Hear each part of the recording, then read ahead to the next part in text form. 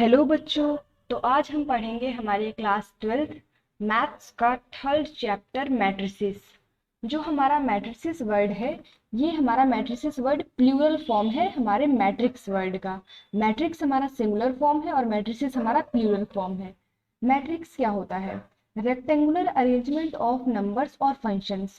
Functions आपने जैसे कि आपने कई सारे ट्रिग्नोमेट्रिक फंक्शंस पढ़े हैं, जैसे कि साइन कॉस टेन, है ना।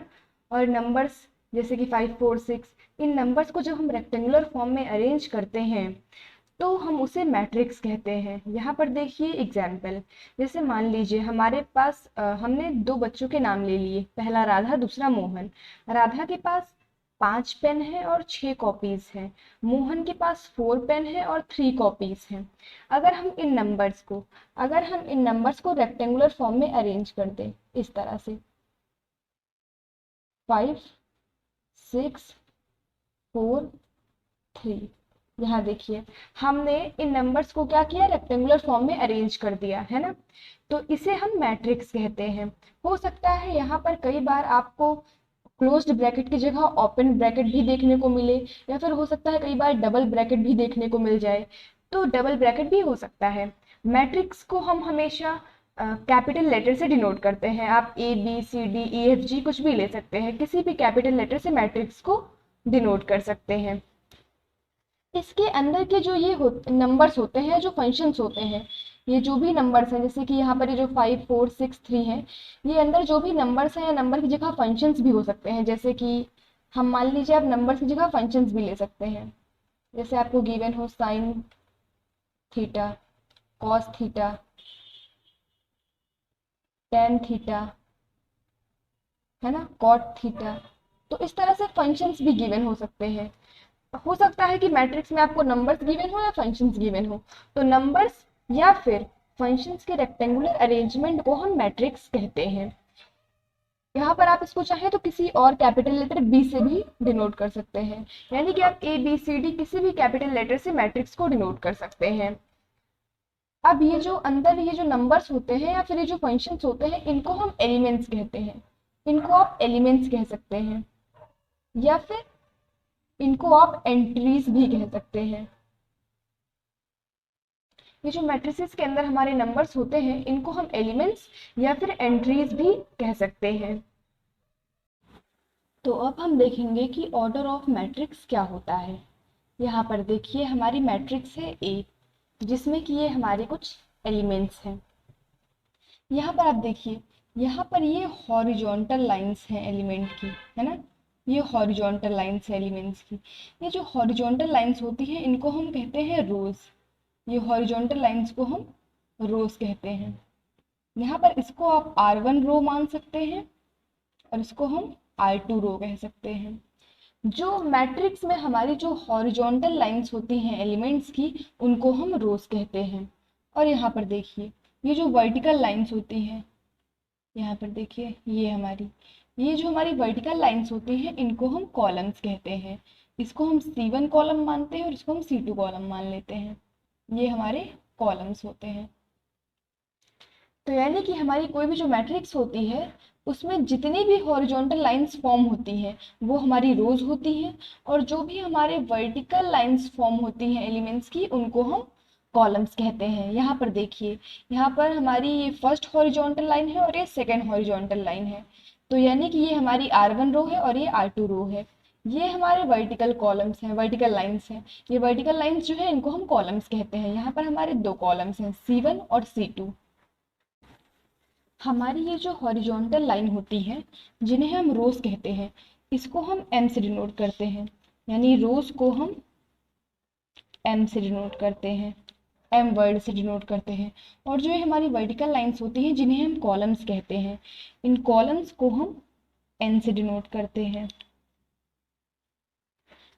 तो अब हम देखेंगे कि हम किसी भी मैट्रिक्स का ऑर्डर कैसे लिखते हैं। यहाँ पर हम हमारी A मैट्रिक्स का ऑर्डर लिखेंगे।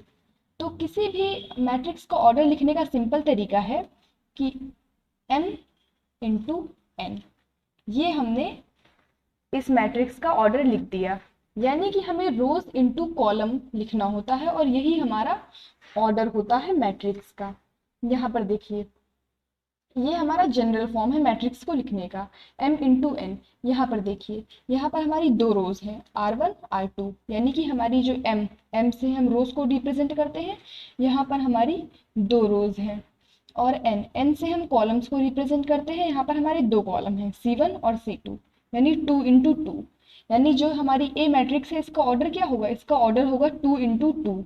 हम ये जो 2 इंटू 2 होता है इसको हम 5 4 6 3, इसको हम यहाँ पर लिखते हैं इस तरह, मैट्रिक्स के साइड में नीचे लिख देते हैं।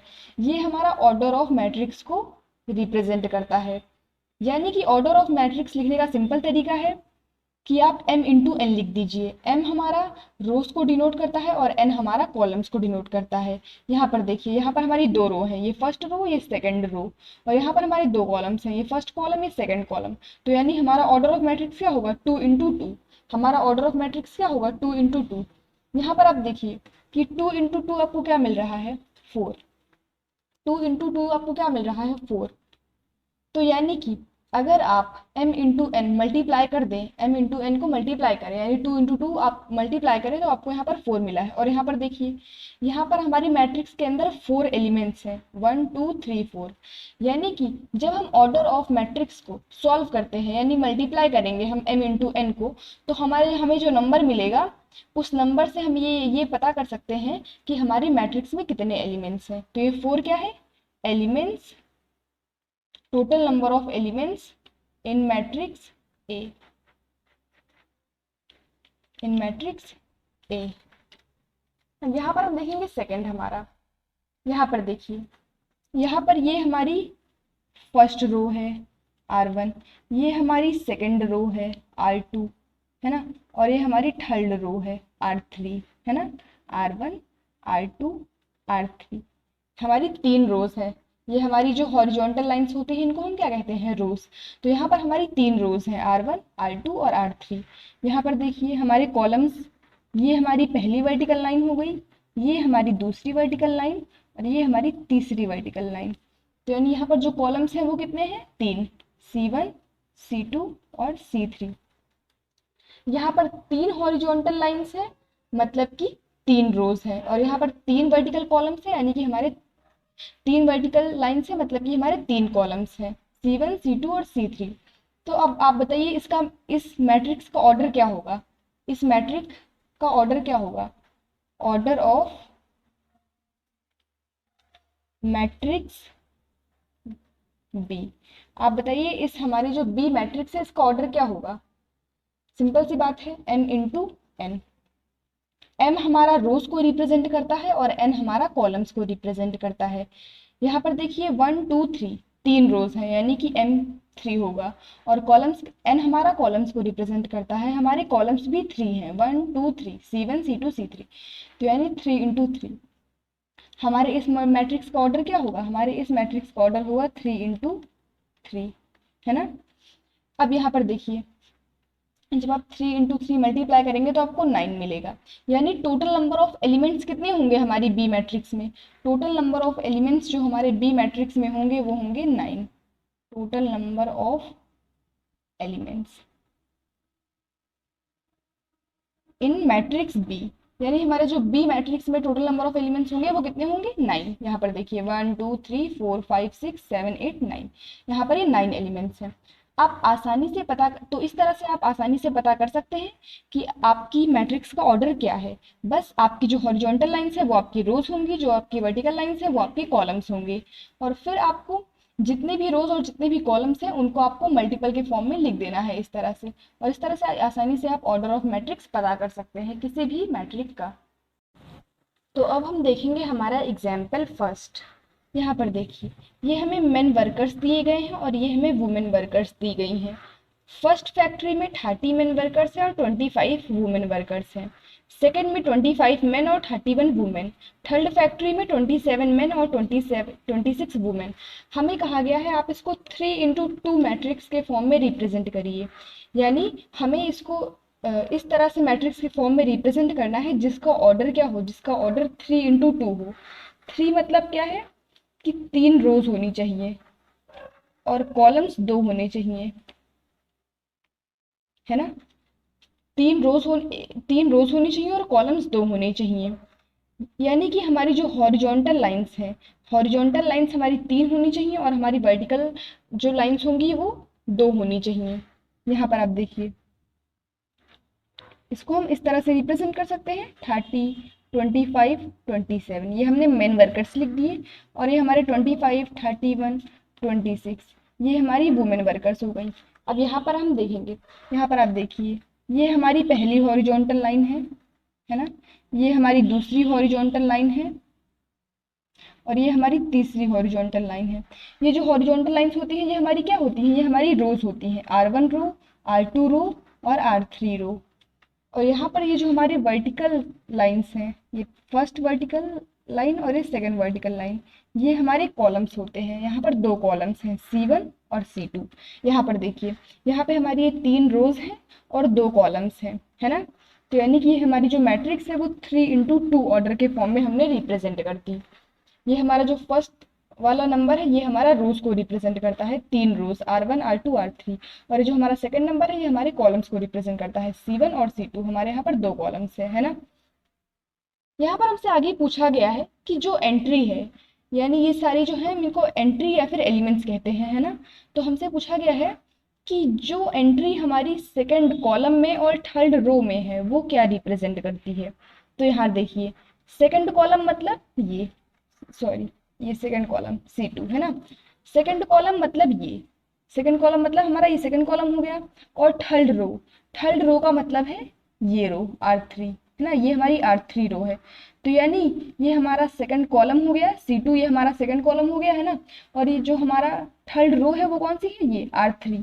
तो यहाँ पर देखिए 26 एंट्री जो है, इसमें पूछा गया है कि ये जो 26 नंबर है, ये जो 26 एंट्री है ये क्या रिप्रेजेंट करता है ना। ये देखिए, ये जो हमारी एंट्री है वो सेकंड कॉलम में है और थर्ड रो में है ना। तो ये क्या रिप्रेजेंट करती है, तो यहाँ पर देखिए हमारी जो 26 एंट्री है वो वुमेन वर्कर्स को रिप्रेजेंट करती है जो कि थर्ड फैक्ट्री में है। तो ये इसको रिप्रेजेंट करेगा, women workers in third factory. हमारा जो 26 एंट्री है वो रिप्रेजेंट करती है women workers in third factory. हमारा नेक्स्ट क्वेश्चन है, if a matrix has 8 elements then what are the possible orders of matrix. अगर कोई मैट्रिक्स है जिसमें 8 एलिमेंट्स हैं तो उस मैट्रिक्स के पॉसिबल ऑर्डर्स क्या होंगे।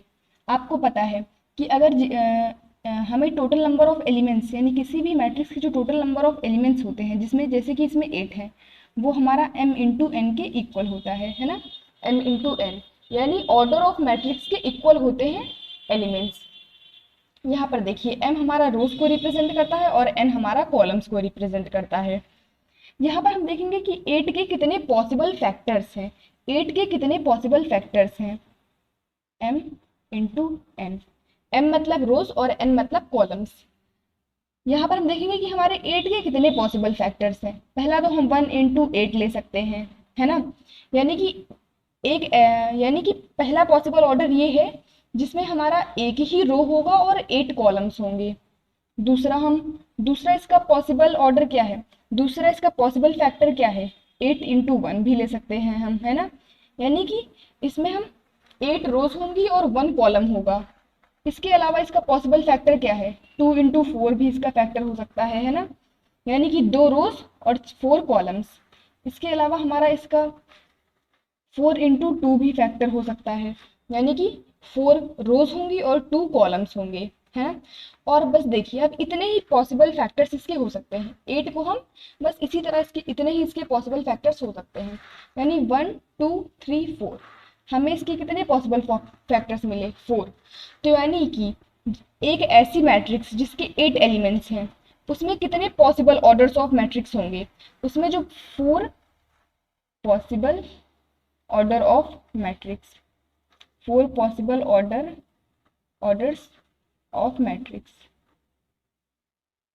यानी एक ऐसी मैट्रिक्स जिसमें 8 एलिमेंट्स हैं उसमें हमारे 4 पॉसिबल ऑर्डर्स हो सकते हैं, उस मैट्रिक्स के हमारे 4 पॉसिबल ऑर्डर्स हो सकते हैं। तो अब हम देखेंगे क्वेश्चन नंबर 3। क्वेश्चन नंबर 3 में कहा गया है कंस्ट्रक्ट करिए एक मैट्रिक्स ऑफ ऑर्डर 3 इंटू 2, यानी कि हमें एक ऐसी मैट्रिक्स मैट्रिक्स को कंस्ट्रक्ट करना है जिसमें 3 हॉरिजॉन्टल लाइंस हो यानी 3 रोज हो और 2 वर्टिकल लाइंस हो यानी 2 कॉलम्स हो, whose elements are given by this, जिसके एलिमेंट्स गिवन है बाय दिस। यहाँ पर हमारा जो आई है वो ith रो को रिप्रेजेंट करता है और जे हमारा jth रो को रिप्रेजेंट करता है। अब यहाँ पर आप देखिए, यहाँ पर हम क्या करेंगे, हम मैट्रिक्स का जनरल फॉर्म लिखेंगे, मैट्रिक्स का जनरल फॉर्म लिखेंगे, मैट्रिक्स का हम जनरल फॉर्म लिखेंगे जिसमें कि हमारे 3 रोज होंगे और 2 कॉलम्स होंगे, जिसमें कि हमारे 3 रोज होंगी और 2 कॉलम्स होंगे। यहाँ पर देखिए अब आप 3 रोज यानी कि A11 A12, ये हमारे 2 कॉलम हो गए ना, एक वर्टिकल लाइन और ये 2 वर्टिकल लाइन, यानी 2 वर्टिकल लाइंस हो गई यानी हमारे 2 कॉलम्स हो गए।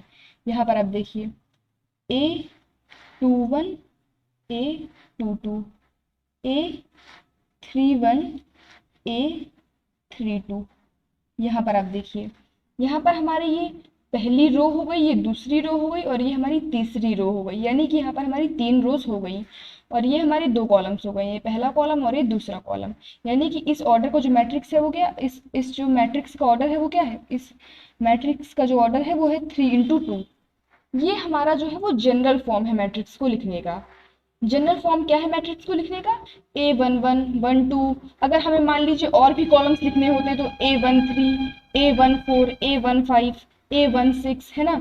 इसी तरह यहाँ पर अगर नीचे हमें और भी मतलब रोज लिखनी होती है तो हम क्या करते हैं A41 A42, है ना। इस तरह से हमारा बढ़ता जाता है A11 A12 A13 A14 A21 A22 A23 A24 A31 A32 A33 A44 A34, है ना। इस तरह से हम जनरल फॉर्म लिखते हैं मैट्रिक्स का। तो हमने यहाँ पर एक जनरल फॉर्म लिखा है मैट्रिक्स का जिसका ऑर्डर क्या है, जिसका ऑर्डर है 3×2। अब इसमें कहा गया है कि यहाँ पर हमने आपको बताया जो आई है, आई हमारा रो को रिप्रेजेंट करता है। यहाँ पर आप देखिए 1 2 3, आई की जो वैल्यू हो सकती है वो क्या हो सकती है 1 2 और 3।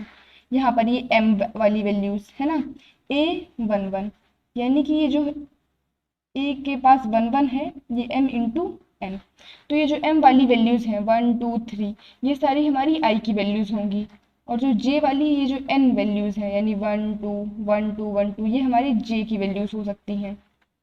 यहाँ पर अब आपसे देखिए, जैसे आपसे कहा गया मान लीजिए A11 आपको ये निकालना है ना, और इस फॉर्मूले से आप आसानी से निकाल सकते हैं। आपको मान लीजिए पता करना है कि A11, ये तो हमने जनरल फॉर्म लिखा ना, अब आपको पता करना है कि A11 के प्लेस पे कौन सा एलिमेंट आएगा। तो यहाँ पर आप इस फॉर्मूले से पता कर सकते हैं 1 2 I - 3j। यहाँ पर देखिए 1 1 यानी कि हमारा ये जो पहला वाला 1 है वो i को रिप्रेजेंट करेगा, और जो सेकंड वाला n नंबर है वो z को रिप्रेजेंट करेगा। हमारा पहला वाला नंबर i को रिप्रेजेंट करेगा और सेकंड वाला नंबर z को रिप्रेजेंट करेगा। यहाँ पर i की वैल्यू क्या होगी 1, z की वैल्यू भी क्या है 1, है ना। तो यानी यहाँ पर हमारा ये क्या आएगा, यहाँ पर 3 1 3 हो जाएगा और ये हमारा आ जाएगा 1, क्योंकि यहाँ पर मॉड लगा हुआ है, ये देखिए यहाँ पर मॉड लगा हुआ है ना। तो इसीलिए हमारा जो 2 होगा वो 2 हमारा पॉजिटिव होगा, क्योंकि अब कोई भी नंबर यहाँ पे जो भी नंबर आप सॉल्व करके निकालोगे वो हमेशा पॉजिटिव ही होगा, क्योंकि यहाँ पर मॉड लगा हुआ है ना। तो यानी 1 - 3 हमारा -2 होना चाहिए था, लेकिन क्योंकि मॉड लगा है इसलिए हमारा 2 होगा। तो यानी 2/2 = 1, यानी कि A11 की जगह पर हमारा कौन सा एलिमेंट आएगा, A11 की जगह पर हमारा एलिमेंट आएगा 1। अब हम दूसरा निकालेंगे A12, मान लीजिए A12 हमें सॉल्व करना है। ये हमारा 1 जो है, जो पहला वाला नंबर है वो i को रिप्रेजेंट करेगा, जो दूसरा वाला नंबर है वो z को रिप्रेजेंट करेगा। यहाँ पर आप देखिए इसी फॉर्मूले से हम आसानी से निकाल सकते हैं I - 3j, है ना। तो यहाँ पर 1/2, i की जगह पर हमें 1 गिवन है और z की जगह पर हमें 2 गिवन है, 3 2 जा 6, तो 1 - 6 आपका 5 हो जाएगा, 1 - 6 आपका 5 हो जाएगा, हमारा ये मॉड लगा हुआ है। तो यानी A12 का जो हमारा एलिमेंट आएगा वो आएगा 5/2, यानी यहाँ पर हमारा 1 एलिमेंट होना चाहिए था और यहाँ पर हमारा 5/2 एलिमेंट होना चाहिए था।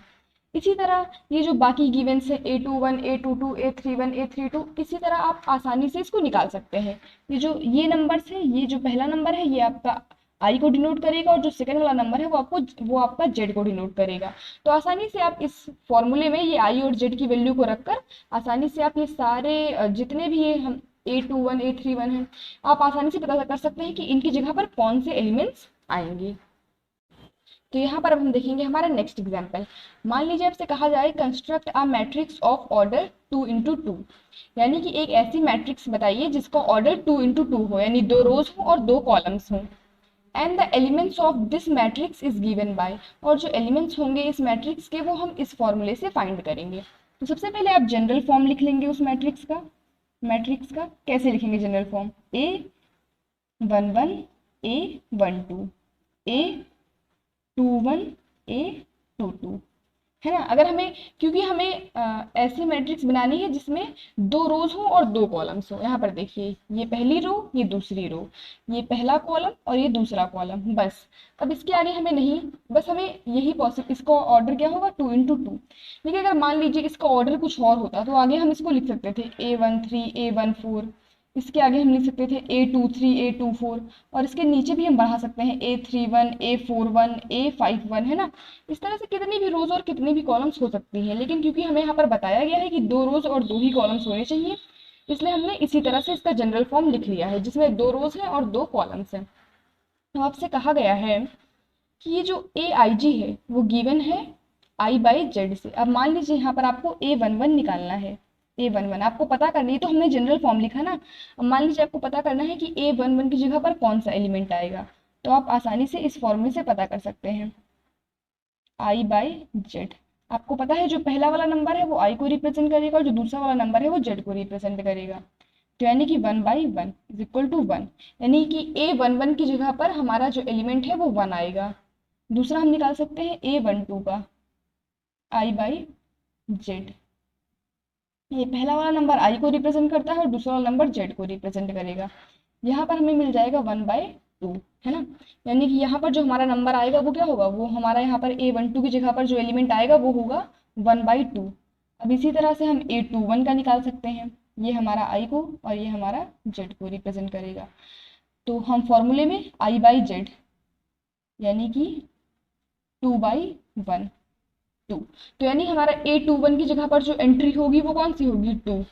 और अब हम A22 पे पता करेंगे, A22 यहाँ पर ये I को और ये Z को, 2/2 इज इक्वल टू 1, यानी कि हमारा A22 की जगह पर जो एंट्री होगी वो क्या होगी 1। तो इस तरह से आप किसी भी मैट्रिक्स को आसानी से कंस्ट्रक्ट कर सकते हैं, उसको जनरल फॉर्म में लिख सकते हैं और बाद में उस फॉर्मूले से आसानी से वैल्यूज पुट करके निकाल सकते हैं कि उस जनरल फॉर्म में जो हमारे एंट्रीज गिवन है उसकी जगह पर रियल एंट्री कौन सी होगी वो आप इजीली निकाल सकते हैं।